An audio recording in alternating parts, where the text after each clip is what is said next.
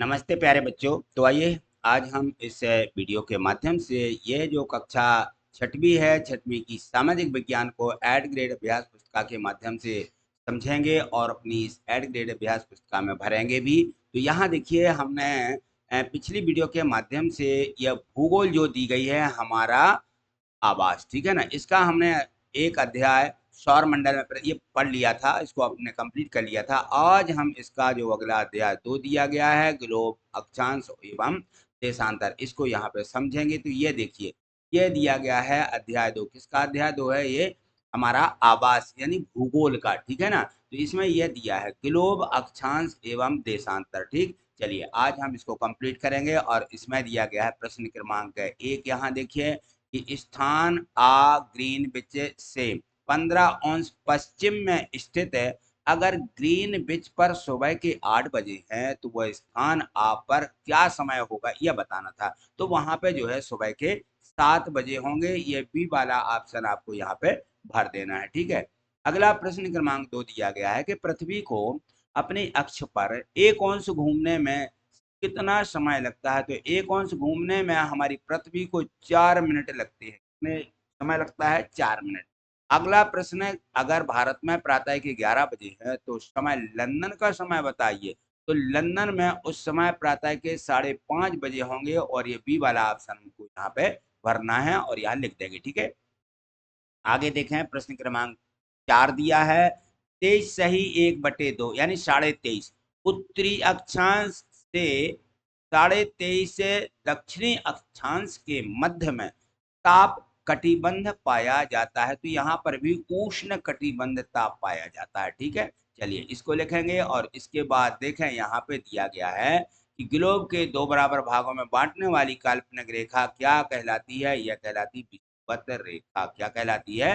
विषुवत रेखा। देखिए पिछली वीडियो में जो हमने वीडियो बनाई है तो बच्चे उसमें कमेंट्स कर रहे थे और कुछ बच्चे पूछ रहे थे कि सर पिलो लिस्ट पर कैसे जाना है, कैसे, ये सारी प्रोसेस उनको नहीं पता होती और कहते हैं आपकी वीडियो नहीं प्राप्त हो रही सर, आपकी वीडियो नहीं मिल रही। देखिए, तो इसके लिए आपको थोड़ी सी प्रोसेस को समझना होगा कि हमें क्या क्या करना होता है। तो यहाँ देखिए हम आपको थोड़ी सी प्रोसेस बताने जा रहे हैं। जैसे आप अपना मोबाइल खोलिए, ये आपका मोबाइल मान लीजिए, ठीक है ना, कि हमने ये मोबाइल खोल लिया और मोबाइल खोलने पर हम ये देखते हैं, पहली स्क्रीन हमें यहाँ दिखने लगती है और इस पर हम क्या देखते हैं? यूट्यूब। सबसे पहले हम क्या खोलते? यूट्यूब। बस ऐसा, ये यूट्यूब पर आप क्लिक करिएगा। देखिए आप यूट्यूब पर क्लिक करते हैं तो ये अगला पेज यहाँ पर वीडियो आने लगती है ना। तो इसको हमें कोई लेना देना नहीं है। हमें तो ये देखना कि इस पर जो ये चिन्ह बना हुआ है, ये काहे का चिन्ह है? ये सर्च का चिन्ह है कि हमें क्या सर्च करना है, यानी हमें यहाँ पर क्या बोलना है। बोलने का भी इसमें ऑप्शन आता है ना, तो आप इसको क्लिक कर दीजिए। देखिए मैंने इसको क्लिक किया और क्लिक करने के बाद इसमें जो है अगला पेज किस प्रकार से खुल जाता है, ये इसमें देखिए। तो देखिए हमारा इसमें अगला पेज ऐसा खुलने लगता है और इस पेज में यहाँ सर्च के लिए लिखने को आता है। ये नीचे कीबोर्ड आ जाती है इस प्रकार से। तो यहाँ देखो ये है कीबोर्ड, आप इस पर टाइप करिए। क्या टाइप करना है या यहाँ से क्या बोलना है? ये माइक रहते हैं, ये कीबोर्ड का माइक है और ये हमारा सर्च वाला माइक है। माइक जो भी आपको क्लिक करना, इसको हम क्लिक कर दिया, ठीक है ना। ये अपनी जो कीबोर्ड है इसको क्लिक किया और बोल दिया गणित वाले सर, ऐसा आपको बोल देना है, ठीक है। या फिर यहाँ से टाइप करेंगे GANIT, है ना, ये गणित वाले सर, ऐसा बोल करके देखिए यहाँ पर ये टाइप हो जाएगा। ये टाइप हो गया, है ना। तो ये आप इसको क्या करें, यहाँ पे गणित वाले सर टाइप कर दें और ये जो कीबोर्ड है इसके यहाँ नीचे देखेंगे ये सर्च का निशान यहाँ पर फिर बना हुआ है ना। तो आप इसको फिर से क्लिक करेंगे। जैसे ही गणित वाले सर लिख गया और इसको क्लिक करेंगे तो अगला पेज ऐसा खुल जाता है। ये देखिए यहाँ पर देखेंगे हम आप, तो यहाँ पे देखो ये हमारी फोटो लगी हुई है, इस फोटो पर आपको क्लिक करना है। या यहाँ नीचे भी देखेंगे तो ये फोटो इस पे भी अलग अलग दिखेगी। तो कहीं पर भी जो भी वीडियो दिखे है उस पे आपको फोटो को क्लिक करना है, ठीक है। और फोटो पर क्लिक करने के बाद सीधे आप प्ले लिस्ट पर पहुंच जाएंगे। ये लिखा रहता है ऐसा प्ले लिस्ट, ठीक है। ये पेज खुलेगा, ये प्ले लिस्ट का पेज हो जाएगा और प्ले लिस्ट पर आपने क्लिक किया तो अगला पेज आपको इस प्रकार से दिखने लगता है। और ये देखिए यहाँ पे ये प्लेलिस्ट खुल जाती है और इसको ऊपर खिसकाते जाएंगे, है ना। तो ये देखिए ये जो भी आपको गणित की, विज्ञान की, जो भी आपको वीडियो चाहिए है वो सारी वीडियो आपको यहाँ पे मिल जाएंगी, ठीक है ना। जो इसके रिक्त स्थान दिए गए हैं, रिक्त स्थानों की पूर्ति कीजिए। ए में दिया गया है कि खाली स्थान है, पृथ्वी के लघु रूप का एक प्रतिरूप है, तो यह एक प्रतिरूप है ग्लोब। जो हमारी पृथ्वी है, पृथ्वी को हम यदि देखना चाहते हैं तो किसके माध्यम से देखते हैं? एक छोटा सा ग्लोब रहता है गोल आकृति का, उसमें सभी प्रदेश दिए रहते हैं, यानी पूरी पृथ्वी दी रहती है ना।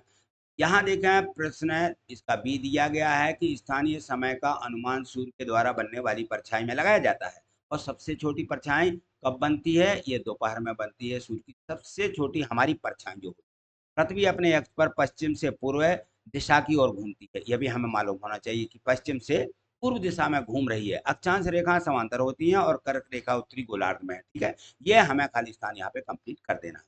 चलिए अगला प्रश्न क्रमांक है जो 7 दिया गया है, इसमें है ग्लोब की कोई दो विशेषताएं बताएं। तो ग्लोब यानी जो हमारी पृथ्वी है, एक छोटा सा उसका नमूना बताया गया है। तो पृथ्वी जो है, ग्लोब पृथ्वी का एक छोटा नमूना होता है। ग्लोब प्रदेश है, महासागरों को दर्शाया जाता है, ठीक है ना। उसमें सभी प्रदेश होते हैं और सभी महासागर होते हैं। महासागर हैं और जितने उसमें प्रदेश हैं सभी दिखाए गए हैं। अब यहाँ प्रश्न क्रमांक 8 दिया गया है कि पृथ्वी का आकार ध्रुवों पर तथा मध्य में कैसा होता है। तो पृथ्वी देखिए हमें दिखती कैसी है? ध्रुवों पर चपटी और उत्तरी मध्य में उभरी हुई दिखाई देती है। यह हमने देखा। यहाँ पर जो लिखा गया है यह थोड़ा सा धर्म लिख गया है, यहाँ ध्रुवों पर लिख दीजिए। पृथ्वी ध्रुवों पर चपटी और मध्य दिखाई देती है। यहाँ प्रश्न क्रमांक 9 देखिए, 9 में दिया गया है कि विषुवत रेखा पृथ्वी को कौन से दो बराबर भागों में बांटती है। तो विषुवत रेखा पृथ्वी को दो बराबर भागों में बांटती है। टा बना ले, यहाँ बांट, क्या गलत लिखा है? यहाँ पे थोड़ा सा सुधार के चलना पड़ेगा आपको, ठीक है। बांटा लिख दीजिए, बांटती है। और यहाँ पे ऊपर का उत्तरी गोलार्ध और नीचे का क्या कहलाता है? दक्षिणी गोलार्ध। इस प्रकार से हमारे उत्तरी और दक्षिणी गोलार्ध या उत्तरी ध्रुव और दक्षिणी ध्रुव ऐसा भी बोला जाता है। प्रश्न क्रमांक 10 देखिए, इसमें दिया कि पृथ्वी के ताप कटिबंधों के नाम लिखिए। तो पृथ्वी के ताप कटिबंध नाम इस प्रकार से हैं। यहाँ सबसे नंबर 1 में उष्ण कटिबंध है, दूसरा शीतोष्ण कटिबंध है और तीसरा दिया गया है शीत। यहाँ प्रश्न क्रमांक 11 देखा है, पृथ्वी के निकट के क्षेत्रों को कम ऊष्मा क्यों प्राप्त होती है। तो जो ग्लोब है, ग्लोब पर खींचे गए समांतर वृत्त को अक्षांश वृत्त कहते हैं तथा इसकी संख्या 180 है। कितनी है? 180। अगले प्रश्न क्रमांक 12 को समझिएगा। इसमें उष्ण कटिबंध 23.5 उत्तरी अक्षांश है से 23.5 23 सही 1/2 23 है ना। दक्षिणी अक्षांश के मध्य ही क्यों पाया जाता है? क्योंकि हमारी पृथ्वी अपने अक्ष पर 23.5 से झुकी है एक तरफ को, है ना। वो जो है दक्षिण की तरफ इस प्रकार से झुकी हुई है। प्रश्न क्रमांक 13 देखिए, देशांतर रेखाओं की विशेषताएं लिखें। तो जो देशांतर रेखाएं होती हैं उनमें क्या होती है? लंबाई समान होती है और यह उत्तरी ध्रुव से दक्षिणी ध्रुव तक खींची गई हैं और यह एक गोलार्ध पर क्या बनाती हैं? वृत्त होती है, यानी वृत्ताकार होती है गोलार्ध पर, ठीक।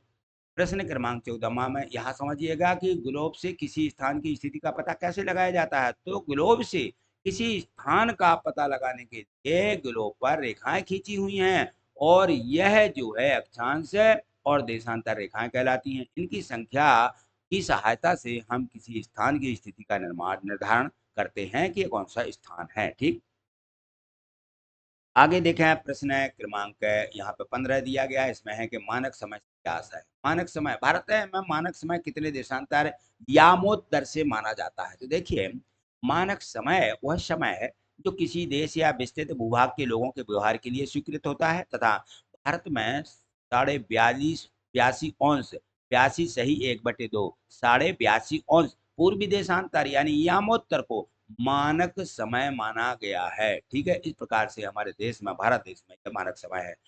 चलिए यहाँ पर देखिए लिखा हुआ था प्रश्न 16 और इसमें क्या है कि एक ग्लोब का चित्र बना करके उसको नामांकित कीजिए। तो आपको इस प्रकार से विषुवत रेखा बताना थी उस पर कि विषुवत रेखा कैसी होती है, कर्क रेखा, मकर रेखा, उत्तरी ध्रुव तथा दक्षिणी ध्रुव, ये सभी बताते हुए देखिए इस प्रकार से आपको एक गोला बना देना है। आप बना लेंगे, ठीक है ना। ये गोला बना करके ये हमें उत्तरी कृष्ण उत्तरी ध्रुव, ठीक है ना, उत्तरी शीतोष्ण कटिबंध, ये कर्क रेखा, उष्ण कटिबंध, विषुवत रेखा, मकर रेखा, दक्षिणी शीतोष्ण कटिबंध और ये दक्षिणी ध्रुव या दक्षिणी व्रत, ठीक है ना। इस प्रकार से आपको ये बना लेना है। चलिए आगे देखिए, इसमें जो प्रश्न क्रमांक 16 दिए गए थे, हमने ये कंप्लीट कर लिया है, ठीक है ना। इन सभी प्रश्नों को आप जरूर कंप्लीट कर लीजिएगा और इसके बाद में इसको जो है आपने देखा समझ लिया है। इसी प्रकार से यदि आप देखना चाहते हैं तो आपको जो है इसको आप अपनी इसको एड ग्रेड अभ्यास पुस्तिका जो दी गई है उसमें इनको भर लीजिए, कंप्लीट कर लीजिए। तो भरेंगे कैसे, आप वीडियो को पॉज कर दें, पॉज करके आप जैसे ये प्रश्न है तो पॉज किया और यानी जो जहाँ बोल रहा है वहाँ पे क्लिक कर दिया और इसको क्या कर लिया, इसको हमने अपनी एड ग्रेड अभ्यास पुस्तिका में भर लिया। और इस वीडियो को एक दो बार देखेंगे तो ये आपको पूरे प्रश्न उत्तर जो दिए गए छोटे छोटे मैंने बनाए हैं तो ये सभी आपको याद हो जाएंगे। और आप यदि इसी प्रकार से आगे देखना चाहते हैं तो मैंने बताया था कि चैनल पर यदि नए हैं, पहली बार देख रहे हैं, तो आप चैनल को सब्सक्राइब करके रखें और प्रत्येक वीडियो को लाइक और शेयर भी करें, ठीक है। तो चलिए आगे अगली वीडियो के माध्यम से अब हम मिलेंगे अगली वीडियो में। आज इतना ही, थैंक यू, धन्यवाद।